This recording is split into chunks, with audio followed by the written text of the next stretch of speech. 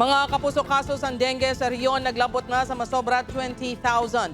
Hindi tanan ng mga pasyente nga positibo sa dengue kinahanglan i-admit sunod sa DOH. Ini ang gintutukan ni Zen Kilantang Sasa. Nagdangat na sa 20,814 dengue cases ang Western Visayas base sa 35th Morbidity Week sa Department of Health Region 6 halin January 1 tubtub August 17 sining nga tuig. 51 na ka mga individual ang ginbawian sang kabuhi. Nagapanguna sa gihapon nga may pinakataas nga kaso ang probinsya sang Iloilo nga may 8,039, ginasundan sang Negros Occidental nga may 3,296 kag Capiz nga may 2,104.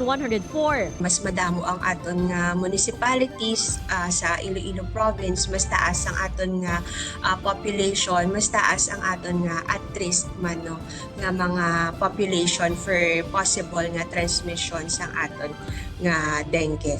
Mayara na sang 998 ka barangay sa rehiyon nga may clustering of dengue cases. Sunod sa DOH-6, mas maayo ang temprano nga pagpakonsulta sa mga rural health unit o kun health facilities agud ma-detect kung may dengue. Apang hindi tanan nga positibo nga pasyente ang mahimo nga i-admit sa ospital. Pinaagi sini malikawan ang pagutok sa mga ospital. Dapat i-monitor naman sa maayo ang mga dengue patients sa panimalay. We have already distributed ang aton nga advisory no sa aton nga mga hospitals with regards to the management of the surge capacity.